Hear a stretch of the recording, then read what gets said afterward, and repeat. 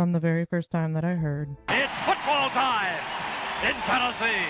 I knew that sports would consume my life. I'm originally from Tennessee, but I grew up in Gator Country, a very hard thing to do. Despite that, my first and main love is the Tennessee Volunteers. Then, in 2023, I met a girl who worked for the Tampa Bay Lightning, and I quickly fell in love with hockey. A Tampa Bay Lightning fan through and through. That same girl introduced me to women's basketball, and my life has never been the same. I even met Candace Parker. Then, in 2025, I got the opportunity to work for the Orlando Valkyries, a professional volleyball team. In my first season, they won the championship. Outside of my love for sports, I'm a dog mom, a college graduate, a sister, an aunt to many boys and a few girls, and a daughter. My love for sports led me to do this podcast, and I hope you guys will enjoy the journey just as much as I'm going to.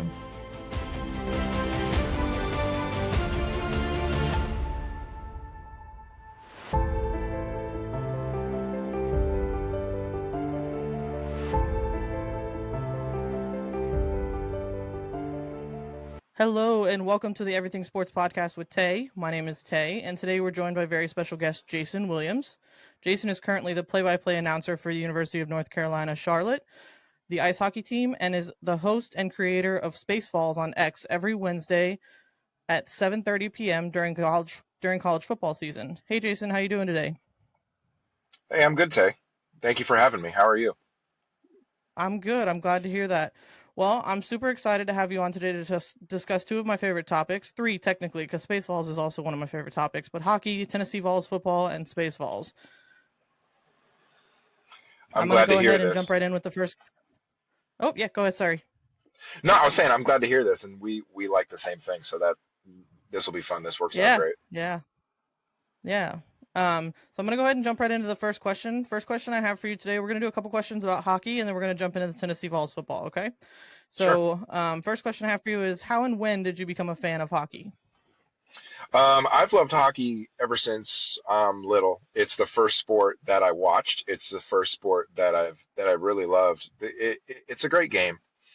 A lot of people don't really realize how good of a game it is, and especially when the NHL is in playoff season, there's really nothing like it. It's really edge of your seat. Everything matters most. But Yeah. my first memory of hockey was the 1994 New York Rangers. Most of my family, except for me, is from New York. We were New York sports fans, and that included the Rangers. And when they won their first Stanley Cup since 1940, in 1994, that was my first memory of hockey. And I remember thinking to myself, goodness, if this is what it is, if this is what hockey is, I just want every bit of it. So I had been a Ranger fan, still kind of am, but I'm from Las Vegas originally. So when we got the Golden Knights in 2017, I shifted my focus.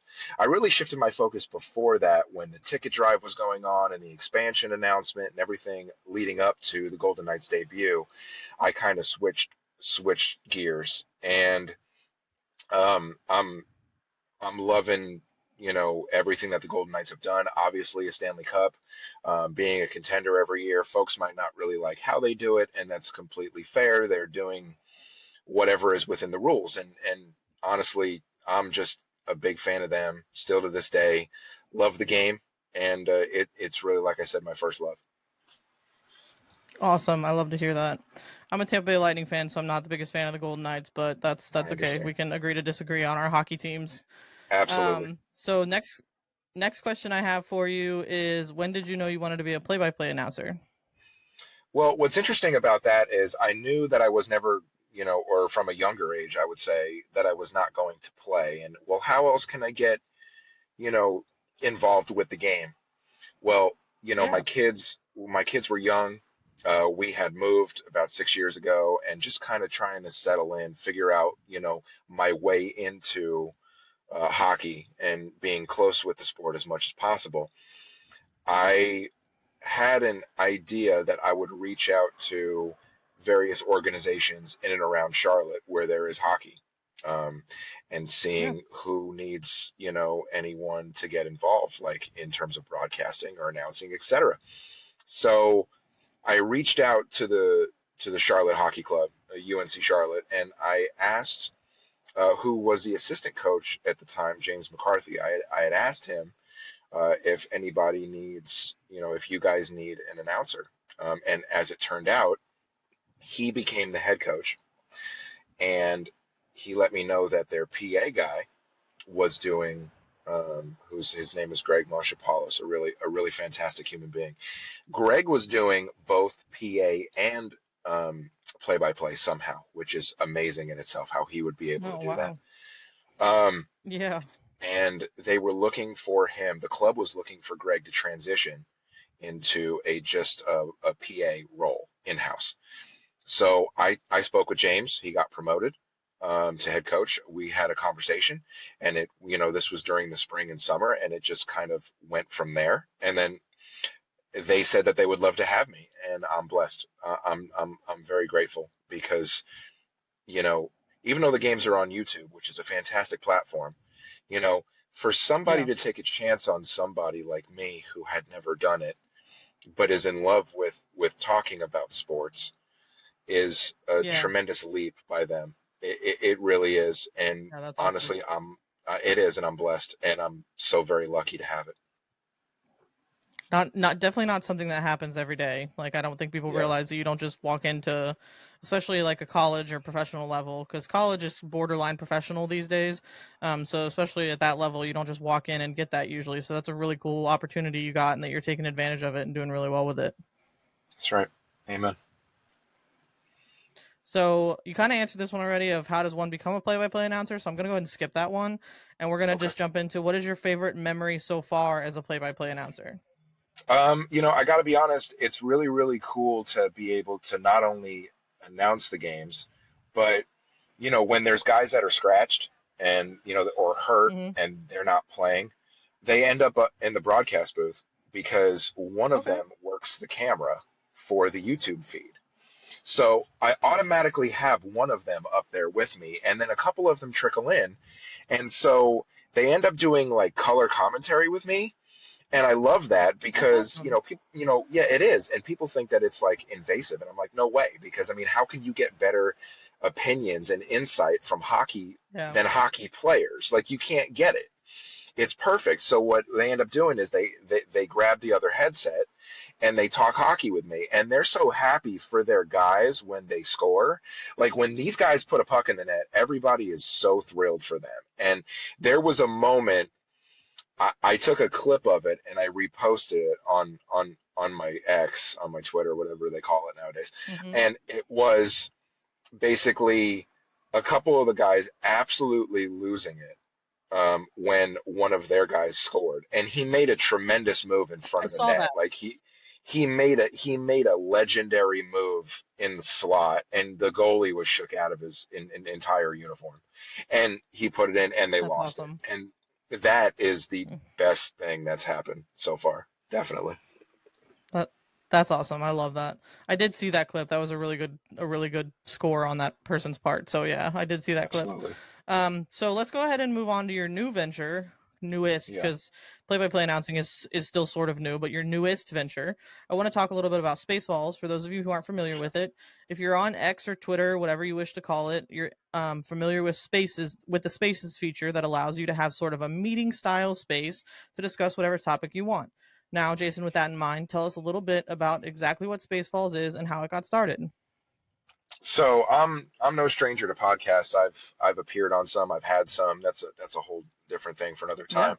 But what I was thinking about was, okay, how can I get back into this venture, and how can I make it where it's like interactive, and we'll talk to a whole bunch of people, and we'll talk ball. We'll talk about the game coming up for Tennessee.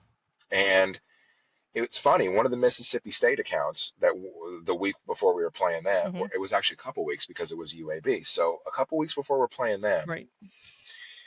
they say to me, or they just mention on Twitter, they say, well, what if people get together and talk about the game and use each other's media and ask questions?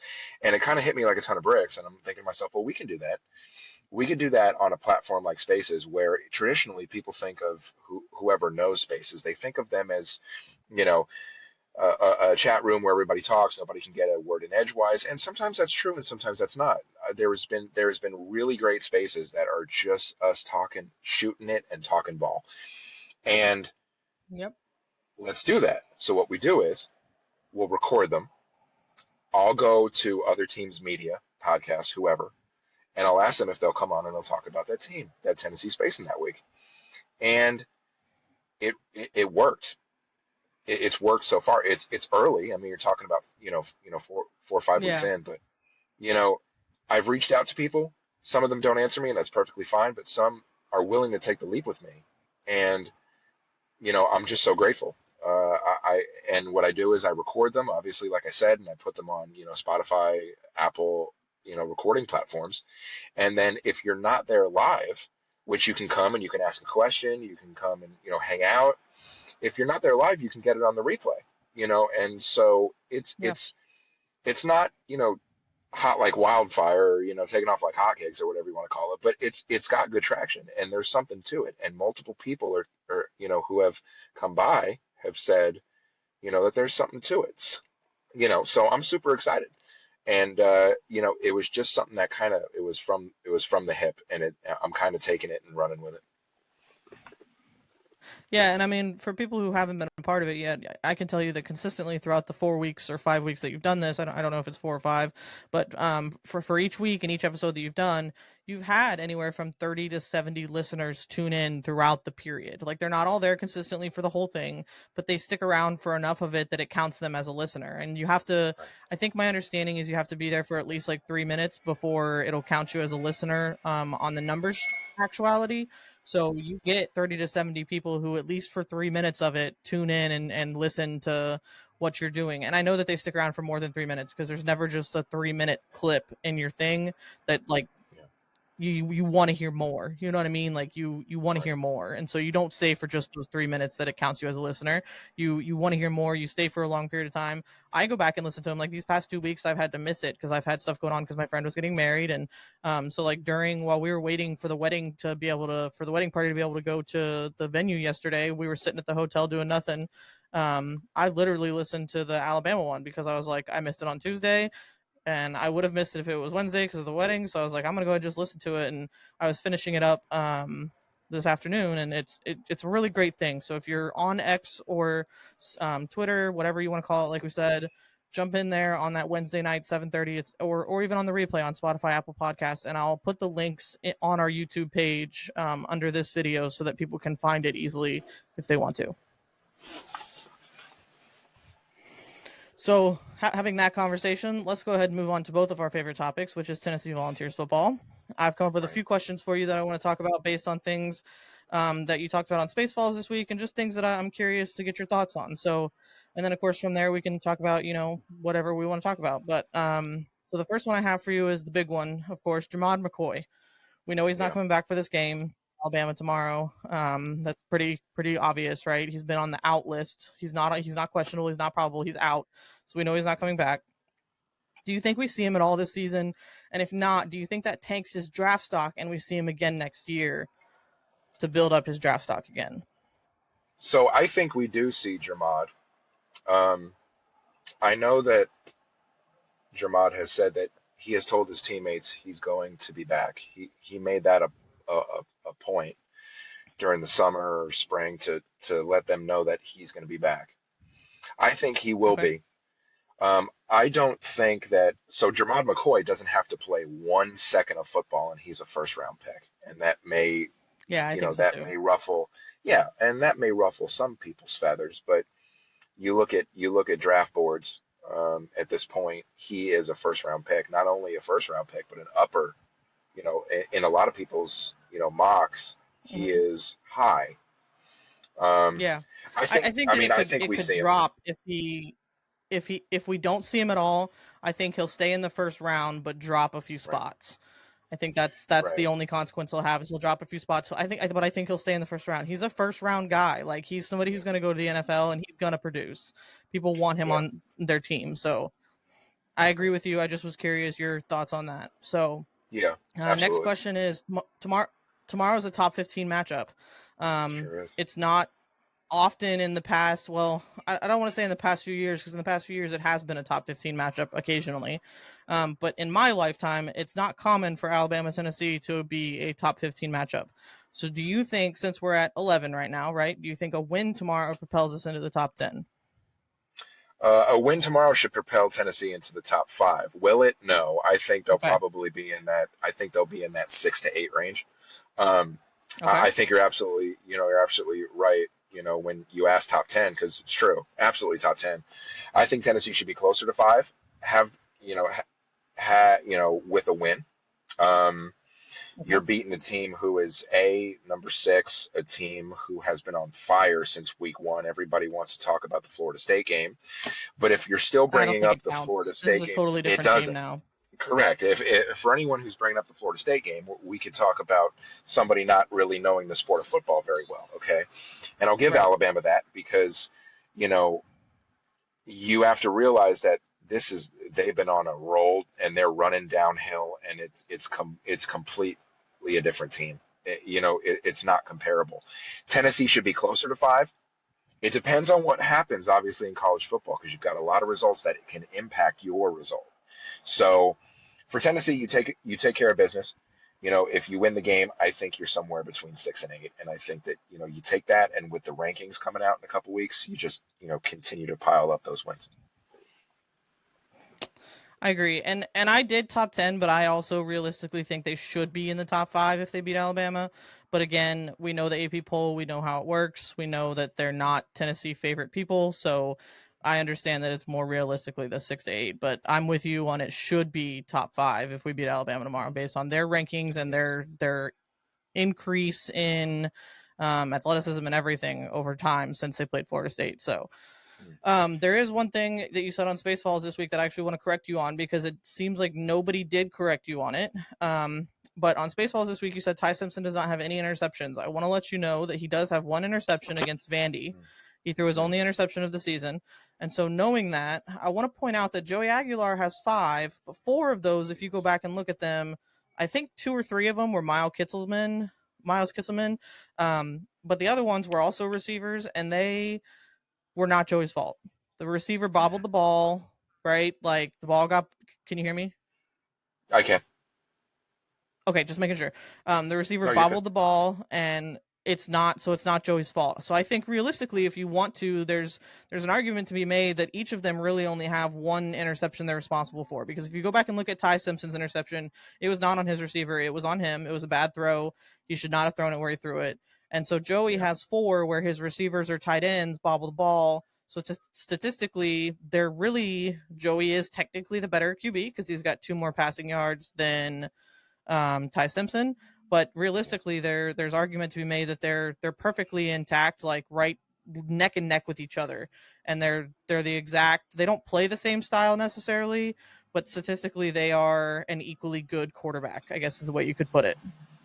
And I'm Right. just curious if knowing that information, do you agree with what I said? Do you have thoughts on that? Do you want to add to that? Well, I first want to say that I should have known that Ty Simpson had an interception because I watched it, and when I said it, it didn't really I feel know. quite right. And I was hoping that one of the amazing Alabama folks that I had on the show would tell me, but they were probably trying to be too kind. And Yeah, also, they probably. probably liked that I said that he didn't have an interception. That probably was better Yeah. looking in their eyes. Got to say that Ty Simpson's a fantastic quarterback. Tennessee's going to have their hands full defensively with him. Mm-hmm. In terms of Joey Aguilar, um, it's a correct assessment. Majority of his interceptions, either you had Bray Staley one of the times fell down, just simply fell down. If he Yes. doesn't fall down, and we can talk about ifs all day, but standing straight up, that's not an interception. A couple with Miles, obviously, in terms of fingertips. But I think he's responsible for one, maybe two, and I think two is generous. So I mean, if Mm-hmm. you want to talk about being basically the same quarterback, they are, and I don't think offenses are going to be a problem come Saturday in Tuscaloosa. I think it's going to be the other side of the ball that you're really going to have to worry about in terms of make or break for winning the ball game. But your assessment is completely, absolutely correct. Yeah, and I agree with you. I think that it's going to come down to which defense can stop the other team. So that kind of goes into my next question. So if Jam Miller doesn't play, right, we have the better run game if he doesn't play. If he plays, I think we have an equally good run game as Alabama. I think that that's another area where we're kind of in the equal amounts. I think that I don't know who has more rushing yards, but I think like just overall, I think it's an equal style of run game and equal ability to run the ball, right? Right. I think we have the better receiving core. I did hear we were talking about it a little bit today on the space that you ran today, where the receiving core they were talking about. Well, you know, we have tight ends that play a part in ours, and they have running backs that play a part in their receiving, and like all this stuff. Yeah. But I do think that if you're just looking at wide receivers, we have 3 wide receivers in the top 10 in the SEC for yards. Like receiving yards. Sorry, I couldn't think of the Right. word. No, you're good. So I think that we have the better receiving core. So it really is just going to come down to which defense can stop the offense, which defense can penetrate to get to the quarterback, which defense can get in front of that receiver and either break it up or intercept it. You know what I mean? Like it's going to Right. come down to those Yeah. defensive plays. We've been talking Yeah. about that for weeks, you and I. And then we talked about it. You talked about it on Spaceballs during that. We talked about it over the past few days when we've been doing spaces. Like it keeps coming up. It is going to come down to the defense. And I think there's people who are like, no, I think we have the better defense. And I'm just like, you guys obviously haven't been watching. Like that's where we've been struggling the past couple of weeks. But so has Alabama. So again, it's going to come down to the defense. Um, do you think Jam Miller plays knowing realistically? Do you think Jam Miller plays knowing that he was out cold on the turf last week and then put in concussion protocol? And if he does play, is Alabama staff doing him dirty, or do you think that he's coming and playing because it's the Tennessee game? Because there's a clip like of Nick Saban, right? I was watching this today, and I'll send it to you later so you can see it from game day. I think it's from 2022 game day, maybe 23. Um, it had to be 23 because he was still the coach in 22. Yes, at He was. Alabama, Saban. He was. Okay, so it was 23 or 24, but he basically says like he never had to wake up his players for the Auburn game.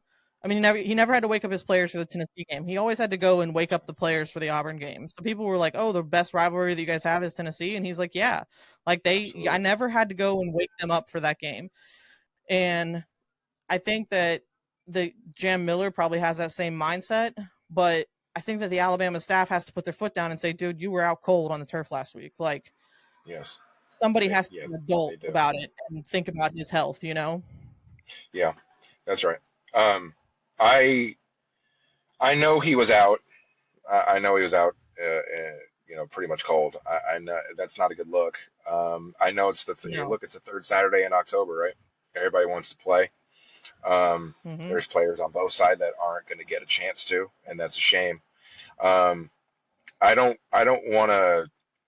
I don't want to. I can't speak for Jam and the Yeah, staff. I understand that. Um, but the optics, right? And you're looking at outside in. You almost think it's almost irresponsible. And I want to be Hmm. careful with that word, but you almost think it's irresponsible for the man to Yeah. play. Um, because he's going to deal with a very violent defensive line for Tennessee. And if Hmm. you're in the game, that means you're good to go. And you weren't good to go just a few short days ago. And it's not worth you know what I mean? This is a big ball game, but it's, everything that we've uncovered when it comes to concussions and mental health and brain Yep. injuries. We want to make sure that we don't do stuff like that. So I almost wish he wouldn't play, and it's not because I want Tennessee to win. Look, let's be honest. Yeah, I'm in the same boat. It's not Yeah, because I don't want Tennessee to win. right, If right, you're gonna play, I want you to play healthy and play fair. I don't want us to have an right. advantage because you're playing, down a level. I mean, let's be honest.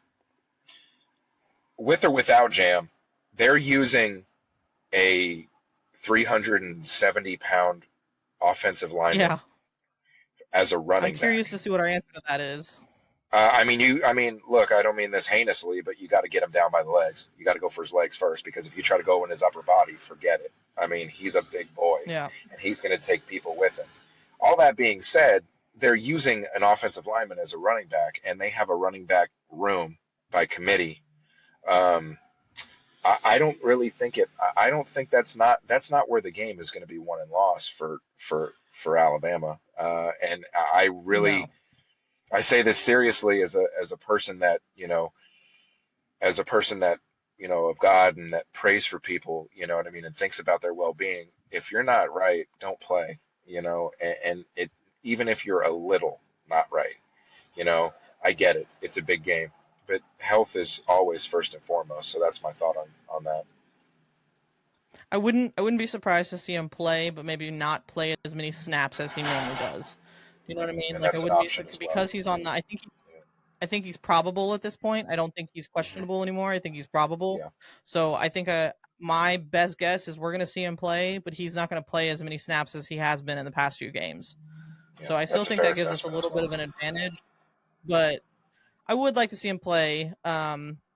Just because, again, if we're going to win, I want us to win fair and square, not because they were down some of their best guys. Do you know what I mean? Like, I don't want this to Absolutely. be one of those that Alabama fans come back to us and they're like, oh, you guys only won because Jam Miller was, down, or Ryan Williams was down, or, whoever Right. you want to say was down. Like, I don't want Ty Simpson to get hurt. I want this to be a clean, fair and square ball game that we win because we played fairly and we played respectfully and we played the right way. I don't want this to Right. be a South Carolina, Tennessee, that year that they injured Hendon Hooker. I don't want to see that. I don't want to see our guys be going out there with the goal of like, and not necessarily the goal of, because I don't think that any of our guys are the kind of human beings who are going to be like, oh, the only way we're going to win this game is to go injure somebody, so let's do it. I don't think any of our guys are that way. You've met some of them. You've told me how nice they are. I don't see that being the thing. But I Yeah. think that they go out there and they hit a little harder than they normally would because they want to win this game. But I don't want it to be so hard that it's injuring people, and that's how we win this game. That's right. That's right. That's well said. So I, there's other games that I'm like, go for it, hit them as hard as you want. Like I still don't want to see them injured because that's never what you want or wish for. But like we're gonna win that game anyways. So if you want to hit them a little harder, hit them a little harder. But like this is one of those games that Alabama fans and Tennessee fans trash talk each other more than anybody I've ever met in my life, Yeah. and I want it to be a fair and square. Whoever wins because they played a fair game. And if Yeah. Alabama wins and they win because they played a fair game, good on them. Like we try again next year. That's fine. I'm okay with that as long as it's a fairly won game, not because you were cheated, not because you're being Kirby Smart calling timeouts by clapping or, whatever you want to do, or laying injured on the field when you're not really injured or any of those Right. things. I don't want to see that. I just want to see a fair, fun ball game between two teams who hate each other's guts, love to get up and play no matter how they're feeling. And I just want to see one of the teams. I honestly I would love to see Tennessee win, but again, if Alabama wins and they win fair and square, I'm gonna let Alabama fans know, like, you guys earned that. You played the better ball game. Do you know what I mean? Like, Yeah. that's the kind of fan I am. I'm gonna make sure that you get the respect you've earned if you've earned it. But if you come out here cheating, I'm not gonna respond to anybody. I'm just gonna be like, you guys are that's crap. Like, you know what I mean? So Right. Yeah. I just Definitely. feel like we're also one of the other things I want to discuss is people are like, oh, we're gonna be playing the officials.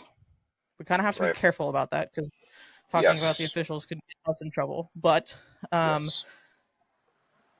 we've seen quite a few egregious, ridiculous hmm things with the officials over the past few weeks in all Right. games. Not I'm not talking Tennessee games. I'm talking in all games.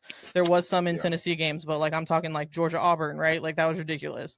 Yeah. Auburn, Oklahoma, poor Auburn. They've been on the kick in side of this twice now, but you know what I Yeah. mean? Like we just SEC officiating, I feel like something has to be done. I feel like there needs to be some kind of like not necessarily rehaul, but like Greg Sankey needs to look at it and be like what are we going to do to improve this next season? Because I know that they're Yeah. not going to do anything mid-season to do anything about the officiating. Like for God's sake, they issued an apology and then didn't do any discipline to the ref. Do you know what I mean? Like Right. so with the Auburn Oklahoma thing. So we know they're not going to make any changes. But something needs to change between now and next season to have fair ball games that you're not playing the other team and playing the refs. Right. And I'm not Yeah. somebody who believes that like it's one team that's getting all the love because I don't think that's the case. I don't think one team's getting all the hate from the refs. I just think the refs are just there's not an equal fair and square game being like called, no matter who is playing in the game. You know what I mean? Like, I don't think it's one team more than the other. Whereas some people are like, "Oh, my team's being targeted." Like, I really don't think it's one team more than the other. I think it's just these refs are not like, they're going in with their idea of who's going to win, and that's that. Do you know what I mean? Right. Yeah, for sure. I've never been a fan or a proponent of blaming the officials. Um, Mm-hmm. you got to look at it like this: how many plays does a team get during the course of a game? It could be 50, it could be Yeah. 60, it could be 70. How many Mm-hmm. calls are made during that game that affect the game? Is it five or less? I mean, and that's and five is a lot. You know, maybe it's two or Yeah. three. So the in between, so the difference in those numbers is how many Mm-hmm. plays you have to make something happen in the Right. game. I don't like blaming officiating because I think that a game is won and lost in many other ways. Do I think the Yeah. officiating has been the quality of the officiating has gone down in the last handful of years, each year? Yes, I do. Yes. Do I think that we need changes? We absolutely do. With that being said, Mm-hmm. look, nothing is going to change unless it does. Without an effort, you don't get any change. Right. Athletic directors, coaches need to go down to Birmingham, the office where Yep. the officiating is held, okay, Yeah. and need to take a stand. Look, you have the Auburn athletic director out there on the field yelling and screaming at the officials. That's not a good look because Yeah. Hugh Freeze is going to have to No. sit in front of his boss, which is the athletic director, and explain why he's not winning games. And he cannot say it's because of the officials because that is a poor excuse, even though his Yeah. boss was out there on the field yelling at them. So we need to Right. do something. Something needs to be done. I am absolutely a supporter of let's get better officiating, let's get better training, let's get better bodies in there, whatever it takes. I'm absolutely for it because I can see the decline in officiating. Have you watched any? I think it's the ACC that's doing it. Have you watched any ACC games this season? Where you're able to hear the replay officials, Yeah. Yeah. yeah, that's It's the wildest fantastic. thing. I Yeah, want it. I I I want that think that everywhere. every conference Yeah. should be required to do that, because the Yep. difference that has made, like, if you watch, um, for example, there was a call in one of the Florida State games that I was watching, and it was because it was the Florida State Virginia game, and there was a call that was made, and the normal outcome of a call like that would have been for fans to lose their mind, and the most common place for fans to lose their mind is X or Twitter, whatever you want to call it. And I follow a lot of Florida State people and a lot of Virginia people. I follow a lot of people from a lot of different teams. Like, I follow like 2,000 Right. people on that platform. So, like, I follow a wide variety, and the most common place, the most common place for them to lose their mind is there. Well, I would have expected the outcome of that for some of those people to be losing their minds over that call. But because they were able to listen in and hear what was being said and hear the reasoning and see the different angles and all the things, the normal people who would lose their mind literally just posted and said, I agree with the call only because I got to see from like this angle, or I agree with the call even though it was against their team, because I got to hear their reasoning and understand where they were coming from, and like whatever. Like, they were explaining like the difference that it made. So those normal like blowups and losing their minds, like, for example, let's talk about the Kirby Smart thing last week, right? Like, if we had something where they went and reviewed that, right? Like, I don't even know if it's reviewable, but let's say they went and reviewed it, and they reviewed it in the way that the ACC is doing it.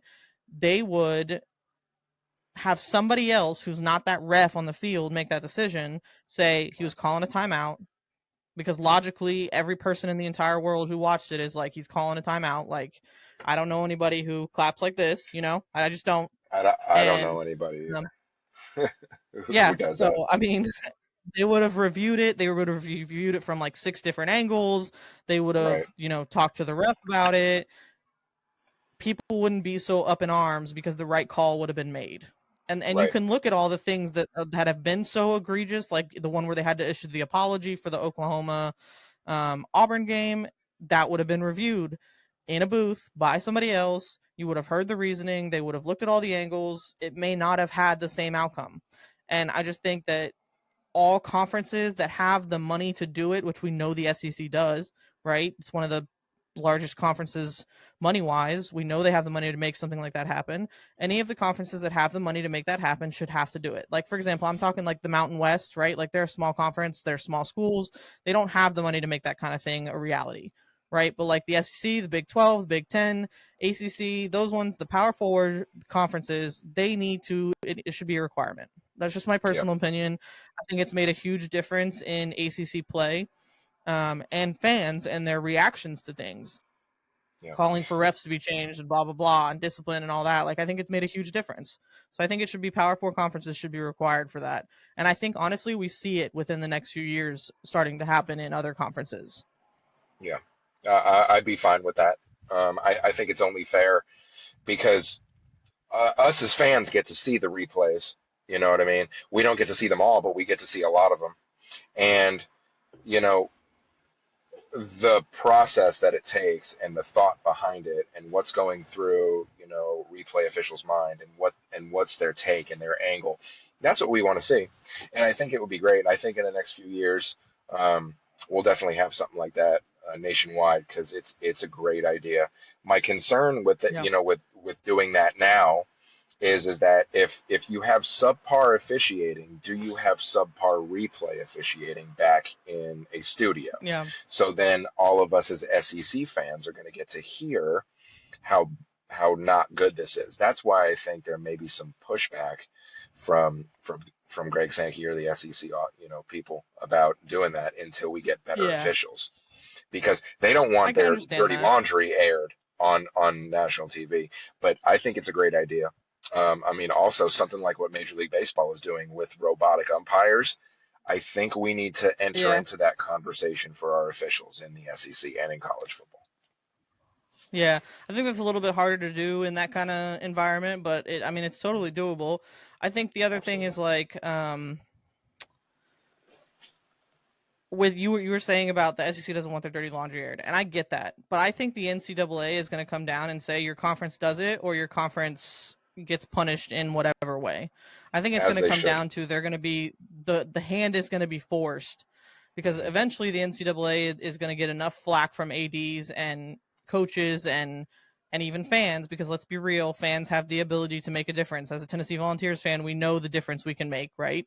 Like, we've seen Yeah. what we can do just by putting out there, writing letters, whatever we may do. We've made changes in things. We've prevented coaches from being hired. We've done a lot. And if other schools realize that they have that power, which I know some of them do already, I think the NCAA gets involved and just says, hey, either your conference does it or you get fined a certain amount of money and it comes out of the SEC budget, not the college's budget. Do you know what I mean? Like, because it's the SEC that's Absolutely. preventing us from having this, not necessarily the colleges.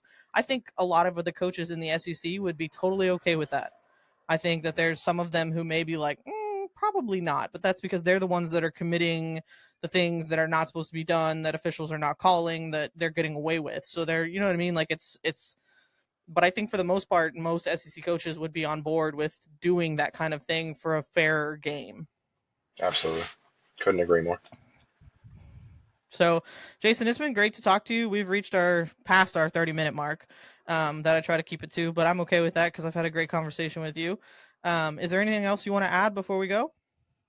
No, I'm super grateful for you. I'm super grateful for your show, Everything Sports Podcast with Tay. Um, you've been a supporter of my show since day one, and that means the world to me. Anybody who is a supporter, listener, comments, thoughts, comments, emotional outbursts, I'm good with it. Anybody that stops by, anybody that gives me an opportunity to enter into their ears is a really, really, really good thing. And I appreciate you and the show and everybody so much. I know Yeah, I'm of wearing the wrong course. color, but it's work related. But It's okay. we're definitely going to want a big orange win this Saturday, tomorrow, as a matter of fact. And I just wanted to say, if I can, I'm on Twitter. I'm on X at JW Sports 704. Yeah. Make sure and follow me. Spaceballs. Subscribe to it. It's in the search bar at wherever you get your favorite podcasts. Spaceballs goes in there every Wednesday night normally, 7:30 p.m. Eastern time on Twitter/X Spaces. You can find me. But I've had a blast just talking with you, and Yeah, me too. this is what it's all about. You know what I mean? This is it's a big time game, and I hope everybody stays safe, doesn't get hurt, and that hopefully we're smoking cigars at the end of it. That's my plan. I do hope so. So a couple things from me really quick. I am going to put the links for Jason's Spaceballs for Apple Podcasts and Spotify down below the video. They will be in the description section, so you can find it there. Click on it and go listen to some of his episodes. It's a really good listen, even though those games have already passed. Like especially if you're a Tennessee fan, to hear the questions and the things they talked about kind of puts some of the things you watched in that game following into perspective. So to go back and listen to the old episodes is still a really good thing that you could do. Follow us on Instagram, Twitter, or subscribe to our YouTube, or all of the above if you feel like it. Everything Sports Podcast with Tay. And Jayson, we're going to have you on again. I just want to say thank you to you because let me just say this. In today's times as an adult, it is very hard to make friends, right? Like I live in a small town, so I know all the people that I've known in my whole life. There's no getting away from the things I did growing up. Like there's no getting away from who my mom is or who my dad is or even my siblings. You know what I mean? Like it's hard. um Twitter has been a hit or miss kind of place, but I feel like I've made a genuine friendship in you, and I hope to one day be able to, maybe go to a Tennessee game together or something. But you have been nothing but supportive of me. When I had to cancel last week, you were nothing but supportive. You were automatically like, "Yes, of course, you're not feeling good. Like, let's just do it the next week." You're amazing. You're wonderful. I am truly appreciative of your friendship. I hope to meet you in person eventually because I really feel like we'd be great friends. We have all the same interests, and you've been a saving grace for me lately in my mental health too, because you've been somebody I've been able to talk to if I need to.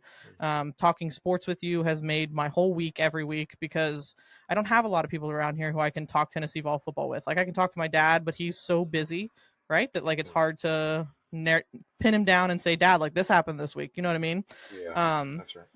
but I live in Florida, and so yeah, I live in Gator Country, right? So like, it's not like I have people that I can talk to about Vol football, and there's a lot of people on Vol Twitter that I don't feel comfortable talking Vol football with because they're just weird, and um, I don't mean that meanly. I just No, they say you're some not things wrong. that I'm just like, maybe not, like, you know what I mean? So like, I've talked to some people, and then like it just kind of fizzles out. But you, like, I feel like I've made a lifelong friend, and I just want to say that I appreciate you. So thank you.